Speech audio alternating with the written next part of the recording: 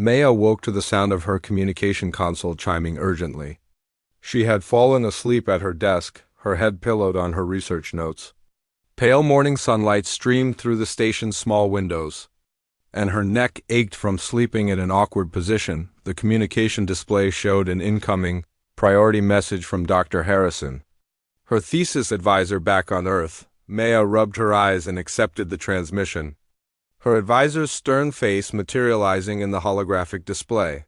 "Miss Chung, I've been reviewing your latest research reports," Dr. Harrison said without preamble. "Your recent findings about microbial communities are excellent work, but I'm concerned about some irregularities in your energy readings. The data suggests you've encountered something far outside your approved research parameters." Maya's stomach clenched. She had been careful not to mention the dragon in her official reports, but her instruments had automatically uploaded energy readings from her scanner. The massive power signatures from yesterday's encounter would be impossible to explain away.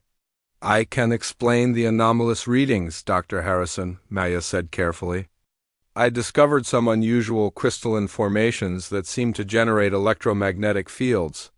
I'm still analyzing the data." Dr. Harrison's expression remained skeptical. "Crystalline formations don't typically produce energy signatures of this magnitude. According to your scanner logs, you detected power levels consistent with apex predator biosignatures. I hope you haven't been taking unnecessary risks, Miss Chun." "Of course not, sir. I've been following all safety protocols." "Good. I'm sending Dr. Martinez and a full research team to your location. They'll arrive in 4 days to assist with your work and investigate these anomalous readings. Make sure you have detailed documentation ready for their review." The transmission ended, leaving Maya staring at the blank display. A full research team would mean heavy equipment, security personnel, and detailed investigation of everything she had been doing. If they discovered evidence of her encounter with the dragon, her career would be over. Worse, they might try to capture the magnificent creature for study. Maya spent the morning cleaning her station and carefully concealing any evidence of her medical work. She stored the dragon's scale in a shielded container that would block its energy signature from detection. Her hands trembled as she handled the golden fragment, which had grown noticeably warmer overnight. Around midday, while Maya was organizing her sample collection, her motion sensors detected something large approaching the station. She looked up from her work to see the dragon landing gracefully in the clearing outside. The creature folded its wings and settled onto the ground, fixing her with those intelligent amber eyes. Maya's heart raced with excitement and worry. What if someone was monitoring her station remotely? But when she checked her communication logs, she discovered that all external monitoring systems had mysteriously malfunctioned. Her station was completely isolated from outside observation. She grabbed her medical supplies and rushed outside. The dragon's injured paw looked much better in the daylight. The swelling had reduced significantly, and healthy tissue was beginning to regenerate around the wound site. Maya felt a surge of professional pride at her successful treatment. "You're healing beautifully," she said, approaching the dragon with more confidence than she had felt yesterday. "How does it feel?" The dragon extended its paw toward her, and Maya knelt to examine the healing wound. As she unwrapped the bandages, the creature made soft rumbling sounds that seemed almost conversational. Maya found herself responding to the dragon's vocalizations as if they were having an actual dialogue. "The infection is clearing up nicely. You should have full mobility back within a few days." Maya cleaned the wound and applied fresh bandages, working with practiced efficiency. "I have to admit, your healing rate is remarkable.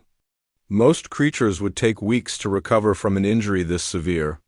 The dragon tilted its massive head and made a series of complex sounds, almost like it was trying to communicate something specific. Maya wished she understood what the creature was attempting to say. In her xenobiology courses, she had studied several species with advanced communication abilities, but nothing had prepared her for interacting with something this obviously intelligent. When she finished treating the wound, Maya sat back on her heels and looked up at the dragon's face. "I need to tell you something important. More humans are coming here in a few days. Scientists like me, but with bigger equipment and different intentions. They might try to capture you for study. The dragon's amber eyes sharpened with what looked like understanding. It made a low, questioning sound. I don't know exactly when they'll arrive, but soon. You should probably stay away from this area until they leave. Maya felt a pang of sadness at the thought of not seeing the magnificent creature again. I wish there was another way, but I can't let them hurt you. The dragon stood and moved closer, lowering its head until it was level with Maya's face. Very gently, it nuzzled her cheek with its snout. Maya reached up and stroked the smooth scales, marveling again at how soft they felt. Then, to her amazement, the dragon began to glow. A warm, golden light emanated from the creature's scales, growing brighter and more intense with each passing second. Maya felt energy washing over her in waves, tingling through her entire body like a mild electrical current. The sensation was strange but not unpleasant. The dragon's glow reached a crescendo, and Maya felt something fundamental shift inside her mind. Suddenly, she could sense the creature's thoughts and emotions as clearly as if they were her own. The dragon's consciousness was vast and ancient, filled with wisdom accumulated over centuries of existence. Thank you. Small healer, the dragon's voice resonated directly in Maya's mind. Warm and melodious. Your kindness has created a bond between us that transcends species, Maya gasped, nearly falling backward in shock. You can talk? I mean, you're telepathic. We are not naturally telepathic with your kind, but your compassion has opened a bridge between our minds. This is a rare gift, shared only between those who trust completely. This is incredible, Maya whispered, tears streaming down her cheeks. I'm actually communicating with an apex predator. The scientific implications are staggering. I am called Zethron in your language. I have watched your species since you first arrived on this world. Most humans see us only as dangerous beasts to be studied or eliminated. You are the first to show genuine compassion. Maya felt the dragon's emotions flowing through their mental connection. There was gratitude, yes, but also deep loneliness and a profound sadness about the isolation of his kind. The apex predators were highly intelligent beings, but they had learned to hide their consciousness from the younger species that feared them. Your people will indeed come seeking me, Zethron continued. They will bring weapons and cages, intending to make me a specimen for their laboratories. This has happened before with my kin. I won't let them hurt you, Maya said fiercely. There has to be something we can do. There is. But it will require great courage from you. Small healer, through their mental link, Zethron shared images and concepts that made Maya's mind reel. She saw vast cities hidden in the planet's mountain ranges, populated by dragons and other apex predators living in harmony. She witnessed advanced technology that blended seamlessly with natural environments, and scientific achievements that made human science look primitive by comparison. My people have been watching your species carefully. We have debated whether humans are ready to learn that we are more than mere beasts. Your actions yesterday have convinced many that some of your kind possess the wisdom necessary for true communication. You want me to serve as some kind of ambassador? Maya asked, overwhelmed by the implications. Not just you. The bond we now share will allow you to communicate with all of my kind. You could bridge the gap between our species, preventing the conflict that seems inevitable if contact continues on its current path. Maya's scientific mind raced with possibilities. First contact with a highly advanced civilization right here on Zarian 7. The discovery would revolutionize xenobiology and establish entirely new fields of study. But it would also put her in an incredibly dangerous position between two species with very different agendas. Think carefully, Maya-chan. Once you accept this role, your life will change forever. You will gain knowledge and abilities beyond human imagination, but you will also carry tremendous responsibility. What would happen to my research? My career? Your human colleagues would likely consider you compromised or delusional. Scientific evidence of our intelligence would be dismissed or suppressed by those who profit from our continued subjugation. You would be forced to choose between your old life and a greater purpose. Maya closed her eyes and considered her options. She could return to her normal research, pretend this encounter never happened, and continue studying microorganisms for the rest of her career. It would be safe, respectable, and utterly meaningless compared to what Zethron was offering, or she could step into the unknown and help establish peaceful relations between two intelligent species. The risk was enormous, but so was the potential reward. "Show me more," Maya said, opening her eyes with newfound determination. "I need to understand exactly what I'd be agreeing to." Zethron's pleasure at her answer. Maya Chen adjusted her thick glasses and pushed her unruly black hair behind her ears as she trudged through the dense forest.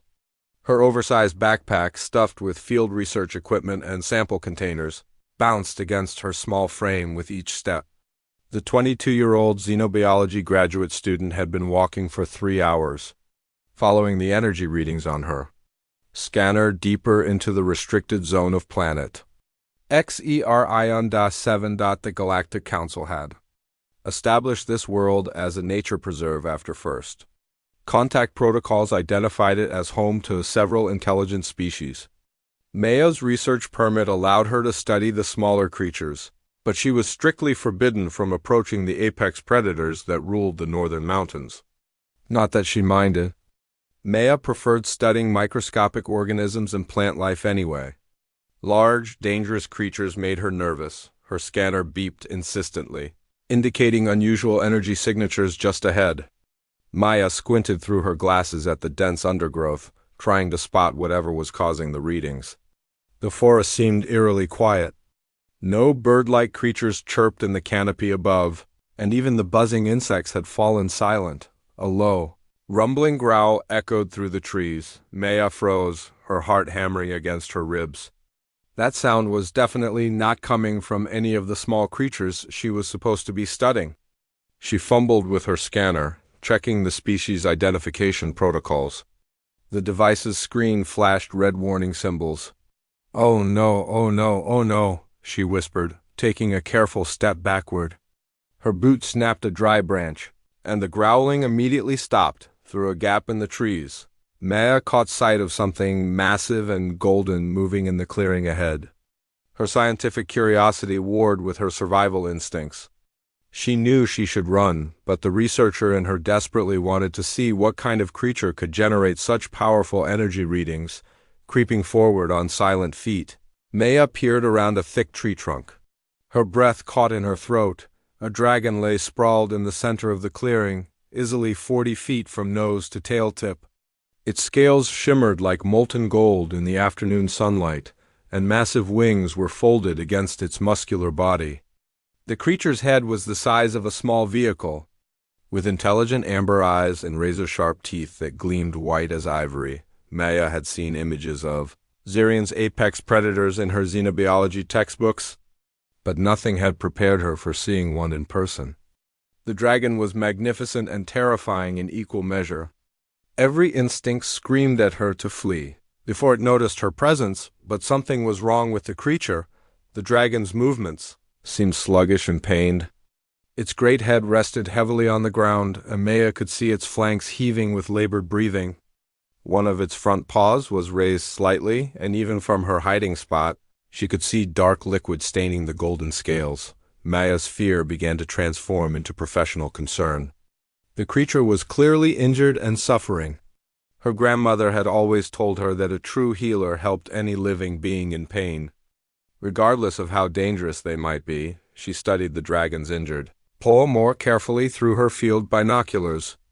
A massive metallic spike protruded from between the creature's toes, probably a fragment from some kind of industrial machinery. The metal looked corroded and toxic, explaining why the wound wasn't healing properly despite the dragon's obviously advanced physiology. Maya's hand shook as she lowered her binoculars. Every regulation, every safety protocol, every ounce of common sense told her to retreat immediately and report the injured apex predator to the Galactic Council's Wildlife Management Division. They would send a properly equipped team with sedatives and heavy machinery to handle the situation, but that would take days, maybe weeks to organize. The dragon might die from infection before help arrived. Maya closed her eyes and took 3 deep breaths. calling on the meditation techniques her yoga instructor had taught her. When she opened them again, her resolve had solidified. She was going to help this creature, even if it killed her. Moving with exaggerated care, Maya stepped into the clearing. The dragon's massive head lifted slightly, and those intelligent amber eyes fixed on her small form. Maya raised her hands slowly, palms open and empty. "Hey there, beautiful," she said softly, using the same gentle tone she employed when approaching nervous laboratory animals. "I'm not going to hurt you. I can see you're in pain." The dragon's eyes narrowed, and a low rumble emanated from its throat. Maya's knees nearly buckled, but she forced herself to keep moving forward at a steady pace. Predators could sense fear, and showing weakness now would probably get her incinerated. I know. I'm just a tiny human, and you could turn me into ash without even trying. But that spike in your paw looks really painful, and I think I can help you." Maya was now close enough to see the dragon's individual scales and feel the heat radiating from its massive body. The creature's breathing had quickened, but it hadn't moved to attack her. That was encouraging, even if those amber eyes continued, tracking her every movement with predatory intensity. The injured paw was even worse up close.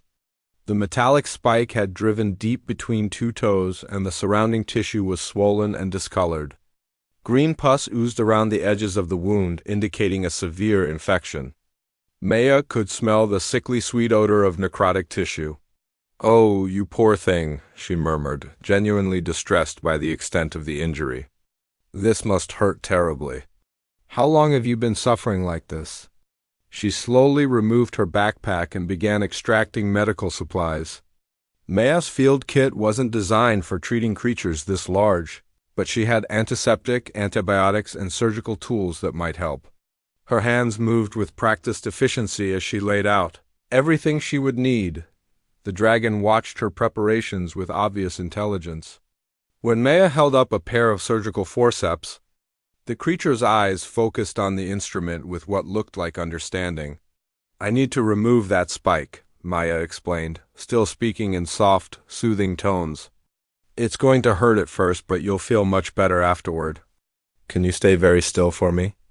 To her amazement, the dragon lowered its great head and rested its chin on the ground, positioning its injured paw within easy reach. The gesture seemed almost deliberate, as if the creature understood exactly what she intended to do. Maya's heart raced as she knelt beside the massive paw. The dragon's claws were each longer than her forearm and sharp enough to slice through steel.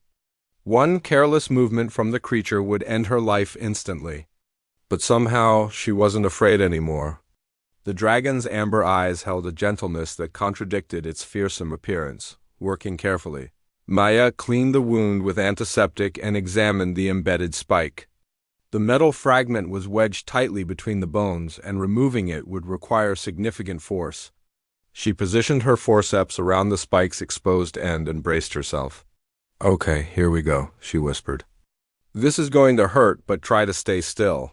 Maya pulled hard on the forceps, putting all her strength into the effort. The spike shifted slightly, but didn't come free. The dragon tensed but remained motionless. Though she could see its other claws digging furrows in the dirt, she adjusted her grip and tried again, pulling from a different angle. This time, the spike moved more substantially, and dark blood began flowing from the wound. The dragon's breathing became more labored, but it continued holding perfectly still. On her third attempt, the spike finally came free with a wet, sucking sound. Maya tumbled backward from her own momentum, the bloody metal fragment still clutched in her forceps. Fresh blood flowed freely from the wound, washing away much of the infected material. The dragon released a long, shuddering breath that sounded almost like a sigh of relief. It lifted its paw slightly and flexed its toes experimentally. Testing the range of motion, Maya quickly moved to clean and dress the wound. She irrigated it thoroughly with antiseptic, applied antibiotic ointment, and covered the injury with sterile bandages from her kit. The dragon submitted to her ministrations with remarkable patience, even helping by adjusting the position of its paw when she needed better access. "There," Maya said, sitting back on her heels and wiping sweat from her forehead. "That should feel much better." The infection might take a few days to clear up completely, but you're going to be fine." The dragon lifted its great head and fixed her with an intense stare. For a moment, Maya wondered if she had made a terrible mistake. Maybe the creature was about to incinerate her now that she was no longer useful. Instead, the dragon lowered its massive head until its snout was just inches from Maya's face. She could feel its warm breath ruffling her hair and smell the faint scent of ozone that clung to its scales.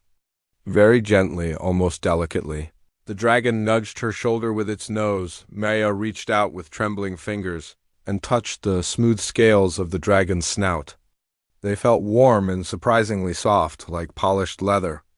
The creature closed its eyes and made a sound deep in its chest that reminded Maya of a giant cat purring. "You're welcome," she whispered, tears streaming down her cheeks. "I'm just glad I could help." The dragon pulled back and looked at her for a long moment, as if memorizing her face. Then, without warning, it spread its magnificent wings and launched itself into the sky. The powerful wing beats sent dust and Lee. Zethron landed on the crystalline platform with practiced grace, his claws finding purchase on the smooth surface without making a sound. Maya slid down from his back on trembling legs, still overwhelmed by the magnificent city spread out around her. The air here was thinner than at her research station, but somehow easier to breathe. As if it contained more oxygen than it should at this altitude, dragons of every size and color moved through the plaza below the landing platform. Some walked on four legs like Zethron, while others had more serpentine builds that allowed them to undulate through the air without wings. A few stood upright on powerful hind legs, using their front claws like hands to manipulate intricate devices Maya couldn't identify. "Welcome to the council chamber," Zethron said, gesturing with his great head toward a spiraling tower that seemed to grow directly from the mountain's core. "The elders are gathering to meet you." "Elders?" Maya's voice came out as a squeak. The magnitude of what was happening was beginning to overwhelm her scientific objectivity. She was about to address the ruling council of an advanced alien civilization, and she had no idea what protocols to follow. "Do not fear. They are curious about you, not hostile. Word of your kindness has spread quickly through our mental networks. As they approached the tower's entrance, Maya noticed that the building's walls were covered in complex patterns that seemed to shift and change as she watched. The designs weren't merely decorative but appeared to be some form of written language that incorporated movement and color as well as shape. "The living script tells our history," Zethron explained, noticing her fascination. "Every significant event in our civilization's development is recorded here, updated continuously as new knowledge is gained." Inside the tower, Maya found herself in a vast circular chamber with a domed ceiling that displayed a real-time view of the stars above. The walls rose in terraced levels, each occupied by dragons of different sizes and apparent ages. At the center of the chamber, a raised platform awaited their arrival. The assembled dragons turned to watch Maya's entrance, their multifaceted eyes reflecting the starlight from above.